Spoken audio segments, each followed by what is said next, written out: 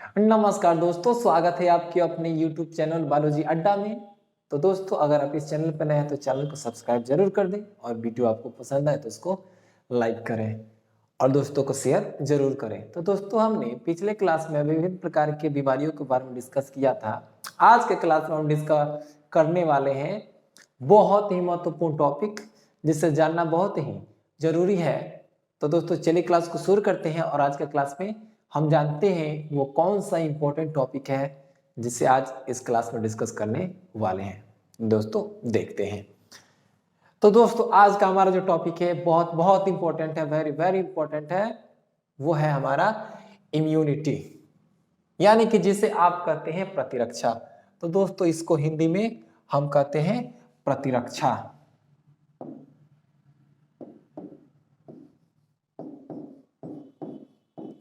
तो दोस्तों, यहाँ पे आज हम बात करने वाले हैं कि ये प्रतिरक्षा होता क्या है, इम्यूनिटी होता क्या है। तो दोस्तों, ध्यान देंगे, जैसे कि हमारा शरीर है, ठीक है। तो हमारा शरीर है, तो हमारे शरीर के अंदर एक सिस्टम है, बहुत सारे सिस्टम है, उसी में से एक सिस्टम है जिसको हम कहते हैं इम्यून सिस्टम। अब ये इम्यून सिस्टम करता क्या है, तो इम्यून सिस्टम करता है कि हमारे शरीर को विभिन्न प्रकार के रोगों से बचाने का कार्य करता है, और जो क्षमता प्रदान करता है उसी को हम इम्यूनिटी कहते हैं। तो अगर आप इसे डिफाइन करना चाहें तो डिफाइन कर सकते हैं कि शरीर की वह क्षमता जो कि बीमारी उत्पन्न करने वाले रोगाणुओं से लड़ता है, या बीमारी उत्पन्न करने वाले जो पैथोजन होते हैं उनसे लड़ता है, उसी को हम क्या कहते हैं, इम्यूनिटी कहते हैं। तो इसके डिफिनेशन, इसके टाइप सबकी बात करेंगे। तो दोस्तों देखिएगा, इम्यूनिटी यानी प्रतिरक्षा। तो अब यहाँ पे इम्यूनिटी को हम डिफाइन करेंगे। तो दोस्तों, उसके पहले हम जान लेते हैं कि यहाँ पर एक टर्म है इम्यूनोलॉजी। अब ये इम्यूनोलॉजी क्या है, तो इम्यूनोलॉजी को हम डिफाइन कर सकते हैं कि यह जीव विज्ञान का एक शाखा है, यानी कि important branch of biology,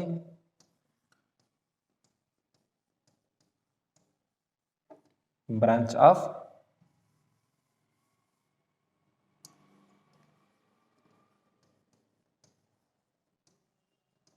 biology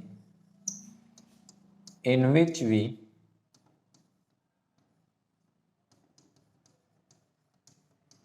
study about immune system।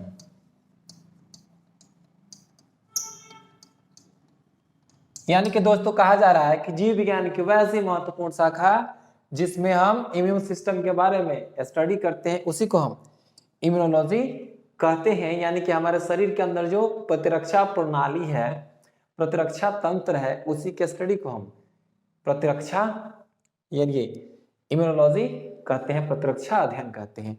फिर बात यहाँ पे आ जाती है कि बताइए कि ये जो इम्यूनोलॉजी है उसके जनक कौन है। तो दोस्तों, आपको बताते चले कि इम्यूनोलॉजी के जो फादर हैं वो है एडवर्ड जेनर, यानी कि एडवर्ड जेनर को इम्यूनोलॉजी के जनक के रूप में स्वीकार किया गया है, या कह सकते हैं कि इन्हें फादर ऑफ इम्यूनोलॉजी के नाम से जाना जाता है। तो दोस्तों, हमने देखा कि इम्यूनोलॉजी क्या है, तो ये जीव विज्ञान की एक महत्वपूर्ण शाखा है जिसमें हम इम्यून सिस्टम के बारे में डिस्कस करते हैं, और इसके फादर हैं एडवर्ड जेनर। अब दोस्तों, हम बात कर लेते हैं इम्यूनिटी के डेफिनेशन की।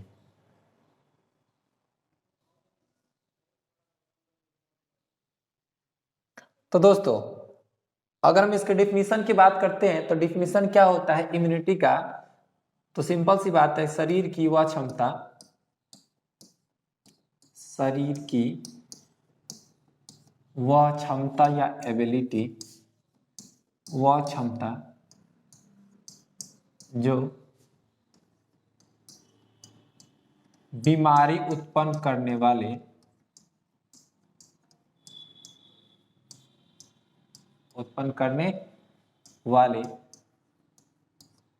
विभिन्न प्रकार के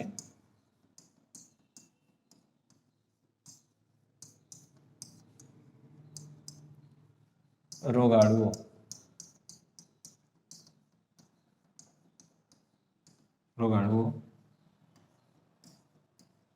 से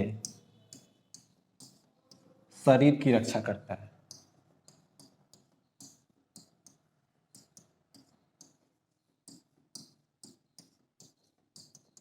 तो दोस्तों हमने क्या बोला कि शरीर की वह क्षमता जो बीमारी उत्पन्न करने वाले विभिन्न प्रकार के रोगाणुओं से शरीर की रक्षा करता है उसे हम इम्यूनिटी कहते हैं, उसे प्रतिरक्षा कहा जाता है, उसे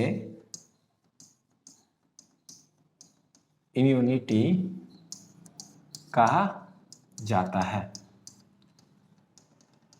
उसे क्या कहेंगे दोस्तों? तो उसे कहेंगे इम्यूनिटी। फिर से रिपीट कर दें कि शरीर की वह क्षमता यानी कि एबिलिटी जिसे वो क्या करता है कि बीमारी उत्पन्न करने वाले जो पैथोजन है उनसे सुरक्षा प्रदान करता है, उसे हम कहते हैं इम्यूनिटी। उम्मीद करते हैं डेफिनेशन समझ में आ गया होगा। आसान से शब्दों में हमने बताया कि इसका डेफिनेशन क्या होता है। अब हम बात कर लेते हैं इसके प्रकार की। तो दोस्तों अगर हम इसके प्रकार की बात करते हैं कि इम्यूनिटी कितने प्रकार का होता है और वो प्रकार कौन कौन से हैं, तो चलिए देखते हैं। तो दोस्तों यहाँ पे आपको मिलेंगे कि इम्यूनिटी जो है वो दो प्रकार के होते हैं। इम्यूनिटी दो प्रकार के होते हैं। एक और बात बता दें दोस्तों कि जो इम्यूनिटी होता है उसको हम डिजीज रेसिस्टेंस भी कहते हैं, यानी कि जो इम्यूनिटी होता है, जो क्षमता होता है वो बीमारी से क्या होता है? प्रतिरोधी होता है, बीमारी से बचाता है। तो इम्यूनिटी क्या है? तो दो प्रकार के, एक है इनेट इम्यूनिटी और दूसरा है एक्वायर्ड। इनेट इम्यूनिटी और दूसरा एक्वायर्ड इम्यूनिटी। तो दोस्तों दोनों को हम डिस्कस करेंगे कि इनेट इम्यूनिटी क्या है, एक्वायर्ड इम्यूनिटी क्या है। तो दोस्तों यहाँ पे देखते हैं, जो इनेट इम्यूनिटी है उसको हम इनबॉर्न इम्यूनिटी, इनबॉर्न इम्यूनिटी। अब ये इनबॉर्न इम्यूनिटी क्या है इसको हमको जानना है। तो इनबॉर्न का इम्यूनिटी का मतलब होता है जो जन्म से हो, जो जन्म से हो। यानी कि दोस्तों इनेट इम्यूनिटी को डिफाइन करना चाहेंगे तो ऐसा डिफाइन कर सकते हैं कि वैसा इम्यूनिटी जो बाय बर्थ रहता है, जन्म से ही रहता है, उसे हम इनेट इम्यूनिटी कहते हैं या इसे इनबॉर्न इम्यूनिटी कहा जाता है। तो उम्मीद करते हैं डिफिनेशन क्लियर हो गया होगा, या फिर से हम रिपीट कर देते हैं कि वैसा इम्यूनिटी जो जन्म से ही प्रेजेंट होता है यानी कि बाय बर्थ प्रेजेंट होता है उसे हम इनेट इम्यूनिटी कहते हैं। अब बात कर लेते हैं एक्वायर्ड इम्यूनिटी की।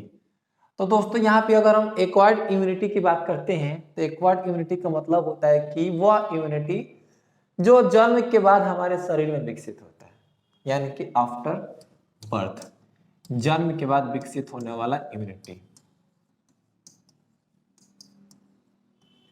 के बाद विकसित होने वाला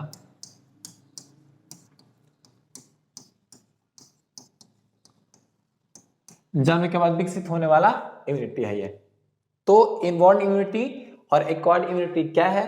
तो ये क्या होता है? तो ये जो इम्यूनिटी होता है वो जन्म के साथ रहता है, मतलब कि जन्म के साथ ही रहता है, जन्म से ही रहता है, और ये जन्म के बाद विकसित होते हैं। तो उम्मीद करते हैं दोस्तों आपको समझ में आ गया होगा कि इम्यूनिटी क्या है और ये कितने प्रकार के होते हैं और कौन प्रकार क्या क्या है। तो इनेट और एक्वायर्ड। चलिए दोस्तों अब हम आगे पहुंचते हैं।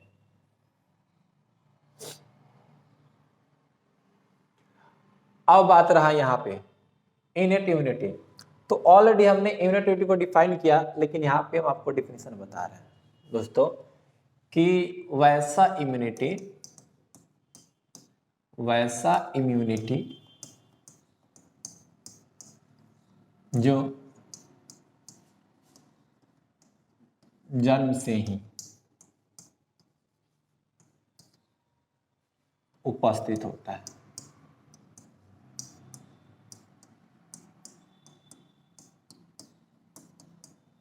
उसे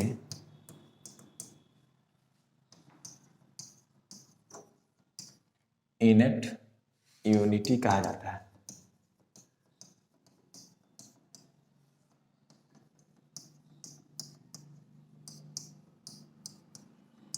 तो दोस्तों हमने क्या देखा कि वैसा इम्यूनिटी जो जन्म से ही प्रेजेंट होता है उसको हम इनेट इम्यूनिटी कहते हैं। ओके, अब यहां पर बात कर लेते हैं। तो दोस्तों यहाँ पे जो इनेट इम्यूनिटी होता है उसको हम नॉन स्पेसिफिक इम्यूनिटी भी कहते हैं। मतलब कि दोस्तों यहाँ पे ये जो इनेट इम्यूनिटी है ये किसी रोग विशेष के लिए स्पेशल नहीं होता है। कि ऐसा नहीं है कि ये एक ही प्रकार के रोग के लिए स्पेशल है। जैसे कि मान लेते टाइफाइड है, ठीक है, टाइफाइड में फीवर होता है तो जरूरी नहीं है कि केवल ये टाइफाइड में ही क्या काम करेगा, दूसरी बीमारी में काम नहीं करेगा। तो इसका ये जो नॉन स्पेसिफिक होता है, मतलब कि ये सभी प्रकार के बीमारियों में क्या होता है, एक्शन लेता है, ना कि किसी खास बीमारी में एक्शन लेता है, इसलिए इसको हम नॉन स्पेसिफिक इम्यूनिटी कहते हैं। तो इनेट इम्यूनिटी क्या है, तो ऐसा इम्यूनिटी जो जन्म से प्रेजेंट होता है उसको हम इनेट इम्यूनिटी कहते हैं। और ये जो इनेट इम्यूनिटी होते हैं ये होते हैं नॉन स्पेसिफिक, यानी कि अविशेष होते हैं, विशिष्ट नहीं होते हैं, यानी कि सभी प्रकार की बीमारियों में एक्शन करते हैं। ओके, तो यहाँ पे हमने डेफिनेशन देख लिया।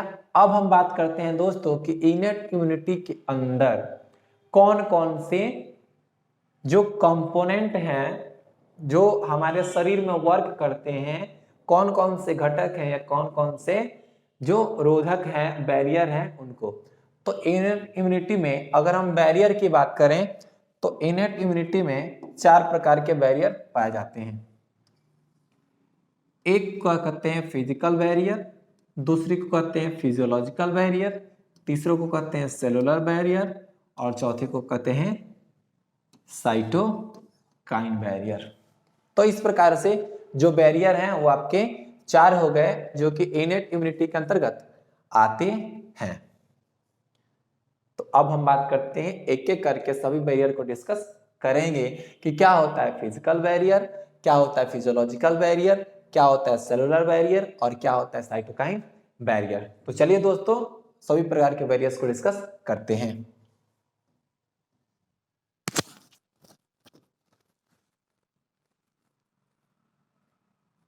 तो दोस्तों यहाँ पे अगर हम फिजिकल बैरियर की बात करें तो फिजिकल बैरियर का मतलब क्या होता है, सिंपल से जानेंगे। बैरियर पहले समझते हैं फिर बाकी सभी हम बैरियर को डिस्कस करेंगे। जैसे समझिएगा, मान लेते हैं कि ये एक क्या है, पार्टीशन है, समझने का प्रयास करेंगे। और इधर से या मान लेते ये एक बांध है, समझने का प्रयास करेंगे दोस्तों। ये एक डैम है, बांध है। अब इसको ये पूरी तरह क्या है, बंद है। अब यहां पे इधर पानी है, तो आप दोस्तों बताएंगे क्या ये जो पानी है वो इसके पार जा पाएगा, नहीं जा पाएगा। और नहीं जा पाएगा तो इसको हम क्या कहेंगे, इसको हम कहेंगे एक प्रकार का बैरियर। यानी कि बैरियर क्या होते हैं, तो ये करते क्या है, तो ये विभिन्न प्रकार के बीमारी उत्पन्न करने वाले रोगाणुओं को शरीर में अंदर प्रवेश करने से रोकते हैं। तो अगर हम फिजिकल बैरियर की बात करते हैं तो देखिएगा दोस्तों फिजिकल बैरियर को हम कैसे डिफाइन करते हैं। तो वैसा बैरियर,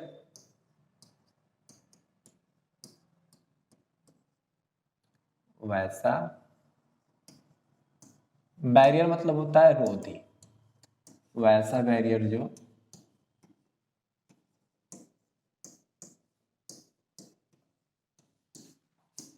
हमारे शरीर के अंदर पैथोजन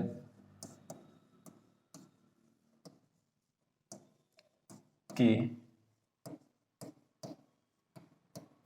प्रवेश को रोकता है या वर्जित करता है, वर्जित करता है, तो उसे हम क्या कहते हैं, करता है फिजिकल बैरियर कहलाता है।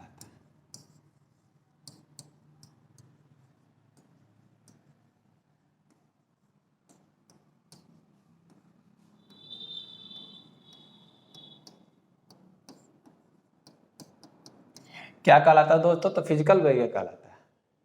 तो हमने इसके डिफिनीशन की बात कर ली। अब हम इसके अगर एग्जाम्पल की बात करेंगे तो दोस्तों इसका जो एग्जाम्पल होगा वो एग्जाम्पल हो जाएगा सबसे पहले तो स्किन। अब देखिएगा दोस्तों, मान लेते हैं कि यहाँ पे क्या है, तो एक व्यक्ति है, ओके, एक व्यक्ति है, ये इसका हाथ है,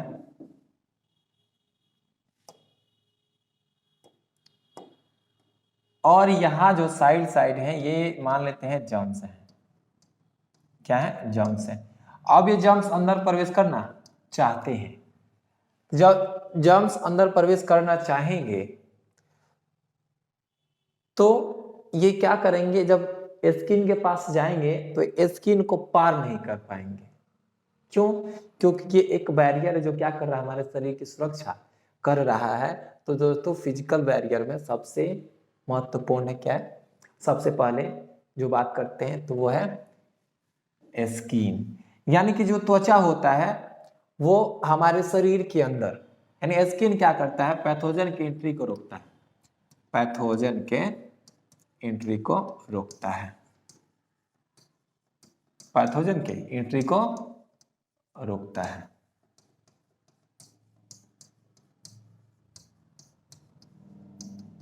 ठीक है दोस्तों, तो यहाँ पे पैथोजन की एंट्री को रोकता है, ना ही पैथोजन अंदर जा पाएगा और ना ही हमें बीमारी होगी। तो ये पहला एग्जांपल था।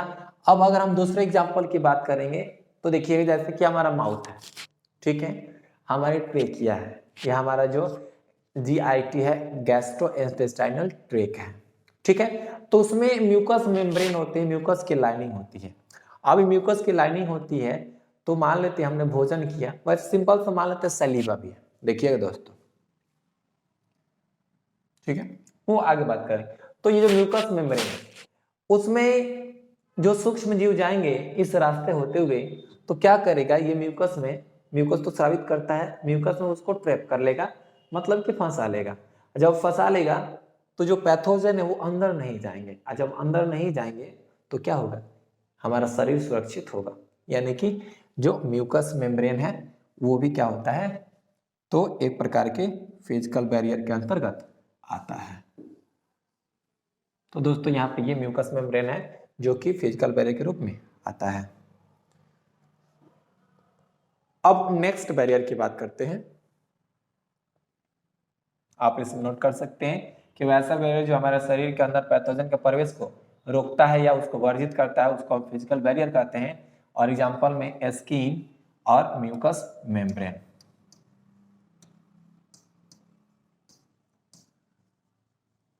ओके, अब बात करते हैं नेक्स्ट बैरियर की। तो दोस्तों नेक्स्ट बैरियर है वो है जिसे हम कहते हैं फिजियोलॉजिकल बैरियर। फिजियोलॉजिकल बैरियर यानी कि इसके अंतर्गत क्या आएंगे कि केमिकल बेस पे वर्क करता है, यानी कि रासायनिक पद्धति पे वर्क करता है। वैसा बैरियर जो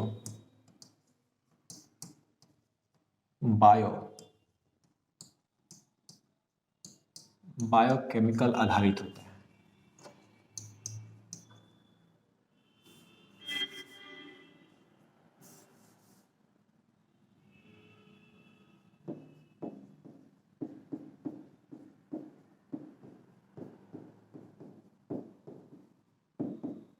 आधारित होता है उसे हम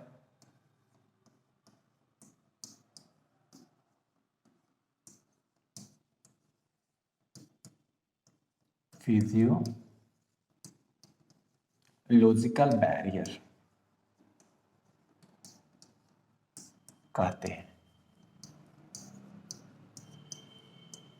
तो दोस्तों इसका डेफिनेशन बहुत ही आसान है, आपको इसे रटने की जरूरत नहीं है। आप एक बार इसको सुनेंगे और एक बार जब आप रीड कर देंगे कंठस्थ हो जाएगा। यानी कि वैसा बैरियर जो बायोकेमिकल आधारित होता है, मतलब बायोकेमिकल बेस्ड होता है, उसी को हम कहते हैं फिजियोलॉजिकल बैरियर। इसके अंतर्गत एग्जांपल की बात करेंगे तो HCl है, सलीवा है, फिर टीयर्स है, फिर म्यूकस है, फिर यूरिनेशन हो गया, फिर फ्रेंडली माइक्रोब्स। समझने का प्रयास कीजिएगा। जैसे कि दोस्तों मानते हैं कि ये हमारा पेट हो गया, ओके। अब क्या है कि इसके अंदर होते हैं एसिड, इसके अंदर क्या है, ये है एसिड HCl, ये है एसिड। ओके, अब क्या हुआ कि इससे होते हुए अगर कोई पैथोजन प्रवेश कर गया भोजन के साथ, ये मान लेते ये है पैथोजन,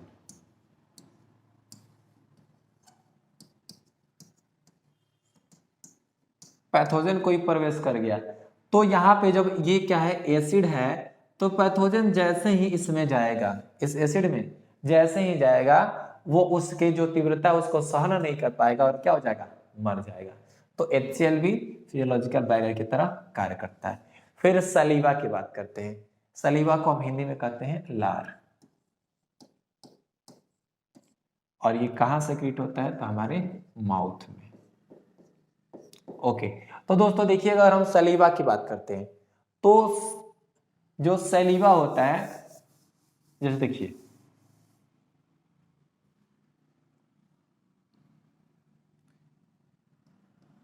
ये अपन का माउथ हो गया, ये माउथ कैविटी,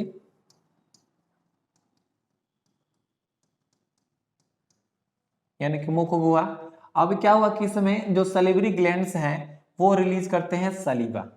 क्या रिलीज करते हैं, तो इसमें ये रिलीज करते हैं सलीवा।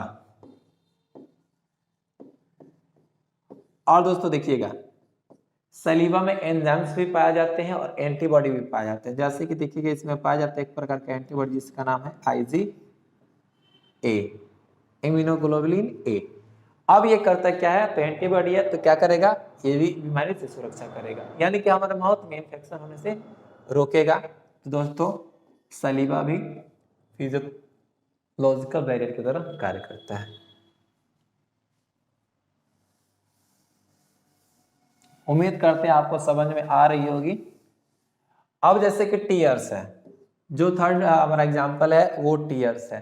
जैसे कि देखिएगा, आप इसे एक्सपीरियंस किए हैं, जैसे कि आप रास्ते में जा रहे हैं और कभी कभी क्या होता है, सपोज दैट आप बाइक ही चला रहे हैं, अब होता यही है कि आपके आंख में कुछ कीड़े पड़ जाते हैं। जैसे देखिए यहां पर एक व्यक्ति है, ओके,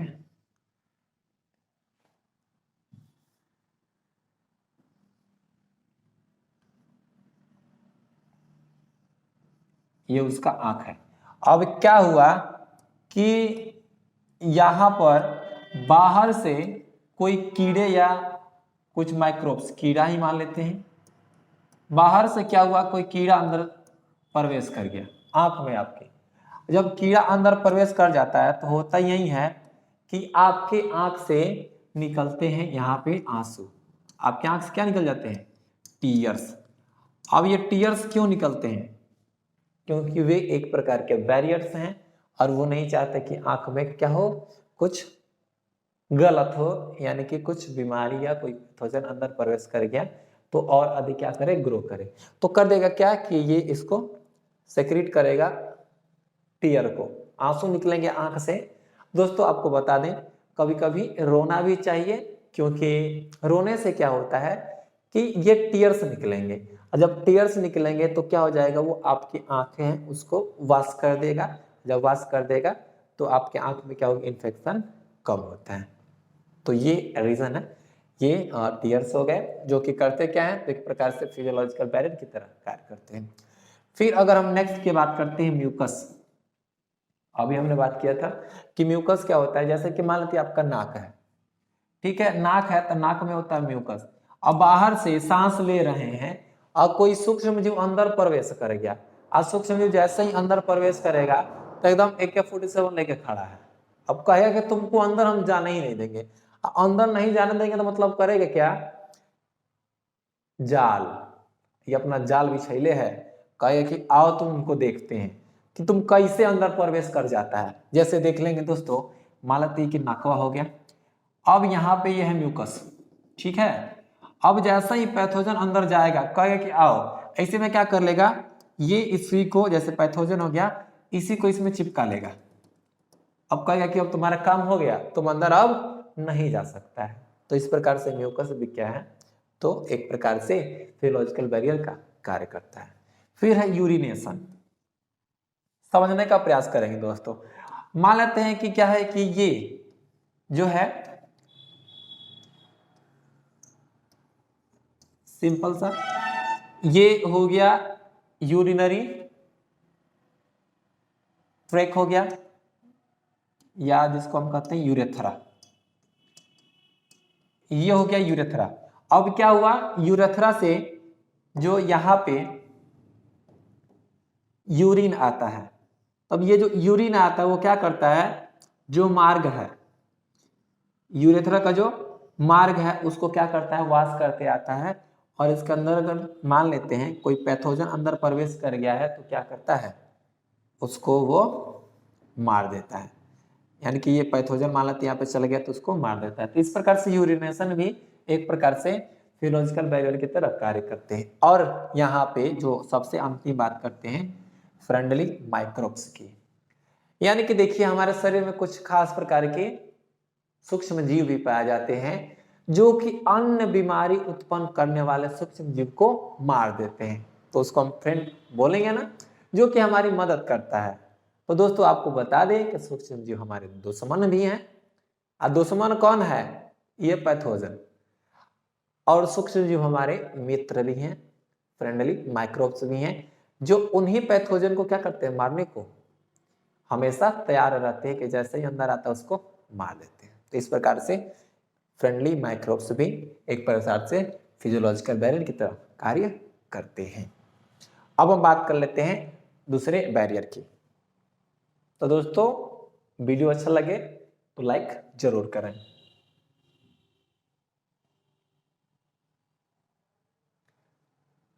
अब हम बात कर रहे हैं दोस्तों एक बहुत बहुत ही महत्वपूर्ण, जिससे एग्जाम में क्वेश्चंस आने की संभावना बनती है, वो है सेलुलर बैरियर, कोशिकीय अवरोध, सेलुलर बैरियर।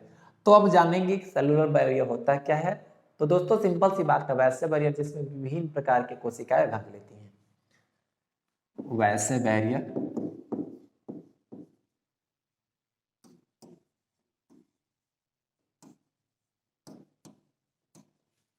जिसमें विभिन्न प्रकार के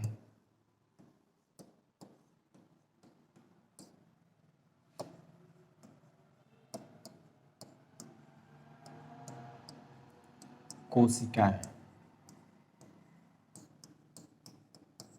भाग लेती है,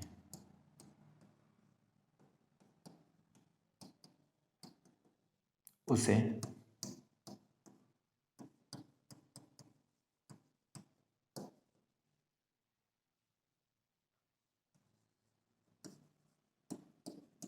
सेलुलर बैरियर कहा जाता है।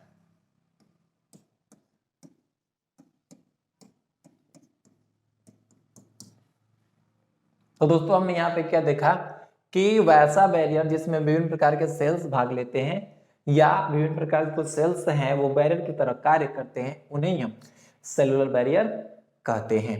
इसके एग्जाम्पल के तौर पे हम देखना चाहें तो देख सकते हैं कुछ ल्यूकोसाइट्स हैं, यानी कुछ WBC हैं, जैसे कि पॉलीमॉर्फोन्यूक्लियर ल्यूकोसाइट्स, पॉलीमॉर्फोन्यूक्लियर ल्यूकोसाइट्स हैं। फिर हैं नेचुरल किलर सेल, जिसको हम NK सेल भी कहते हैं। अब ये नेचुरल किलर सेल भी सेलुलर बैरियर की तरह कार्य करते हैं। फिर यहाँ पे मोनोसाइट्स हैं, फिर मैक्रोफेजेस हैं, यानी कि यहाँ पर ये जो सेल्स हैं ये फेगोसाइटोसिस की क्रिया करते हैं। देखिएगा फेगोसाइटोसिस,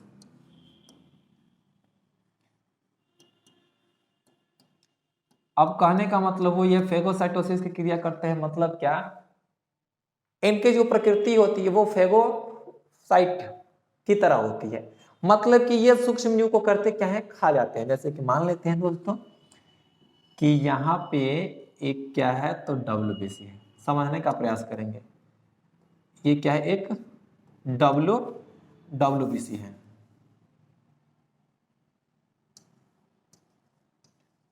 अब क्या हुआ कि यहीं पे कोई पैथोजन आया है, कोई पैथोजन आया है, और जहां दोस्तों इसको पता चला, किसे पता चला, तो इस WBC को पता चला कि आ रहा है, हमारा शिकार आ रहा है, तो क्या करेगा कि जाएगा और जा करके उसको खा जाएगा, उसको खा जाएगा। जब खा जाएगा तो पैथोजन का हो जाएगा टाइफस, मतलब कि पैथोजन मर गया।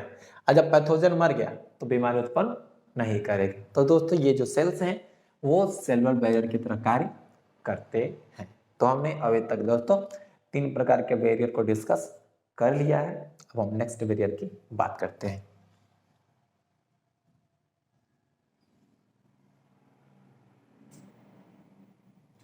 अब जो हमारा नेक्स्ट बैरियर है जिसे हम कहते हैं साइटोकाइन बैरियर। अब ये साइटोकाइन बैरियर क्या है इसको हम समझने का प्रयास करेंगे, बहुत बहुत इंपॉर्टेंट है। जैसे कि देखिएगा, ये है हमारा सेल, क्या हो गया दोस्तों, ये हमारा सेल है, इसके आसपास भी सेल है। ओके, ये रहा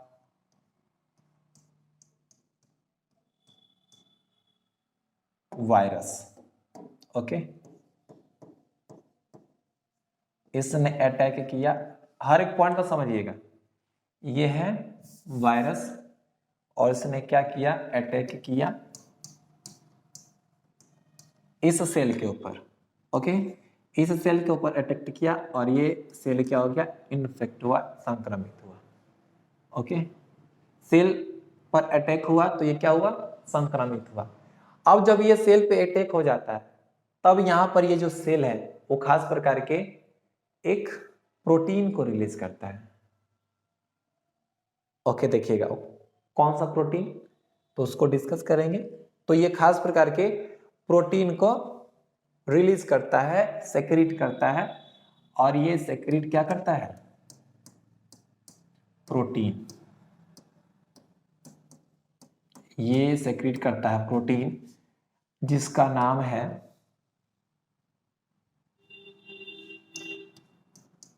इंटरफेरॉन। Interferon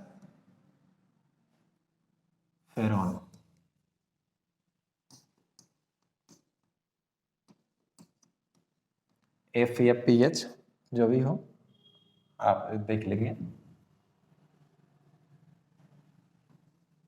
interferon. ओके, तो दोस्तों इसने क्या किया, तो एक प्रोटीन को रिलीज किया, सेक्रेट किया, कौन, ये संक्रमित कोशिका। तो हमने क्या देखा कि वायरस ने इस सेल पे अटैक किया है, तब इसने एक प्रोटीन को रिलीज किया है जिसका नाम है इंटरफेरॉन। अब ये जो इंटरफेरॉन है वो क्या करेगा, तो जो इसके आस पड़ोस के जो सेल्स हैं उनकी प्रोटेक्शन करेगा, उनको सुरक्षा प्रदान करेगा। तो इस प्रकार का जो बैरियर होता है उसी को हम साइटोकाइन बैरियर कहते हैं। एक बार फिर से समझा देते हैं कि क्या होता है कि जब किसी वायरस का कोशिका के ऊपर अटैक होता है तो कोशिका एक खास प्रकार के प्रोटीन रिलीज करती है जिसका नाम है इंटरफेरॉन, और ये इंटरफेरॉन अपने आसपास के कोशिकाओं की सुरक्षा प्रदान करता है। तो उस प्रकार के बैरियर को साइटोकाइन बैरियर कहते हैं। तो दोस्तों हमने अभी तक डिस्कस किया है इनेट इम्यूनिटी के बारे में, यानी कि वैसे इम्यूनिटी जो हमारे शरीर में जन्म से ही प्रेजेंट है। तो आने वाले क्लासेस में हम डिस्कस करेंगे जो कि एक्वायर्ड इम्यूनिटी होगा, और ये एक्वायर्ड इम्यूनिटी क्या होगा, जो कि हम अपने लाइफ स्टाइल यानी कि जन्म के बाद क्या करेंगे, एक्वायर्ड करेंगे, उपार्जित करेंगे। तो दोस्तों अगर ये आपको इंफॉर्मेटिव लगे, अच्छा लगे तो वीडियो को लाइक कर दें और चैनल सब्सक्राइब करें और इसको शेयर करना ना भूलें। तो दोस्तों मिलते हैं हम नेक्स्ट वीडियो में जिसमें डिस्कस करेंगे इम्यूनिटी पार्ट 2 की। तो stay tune, best of luck.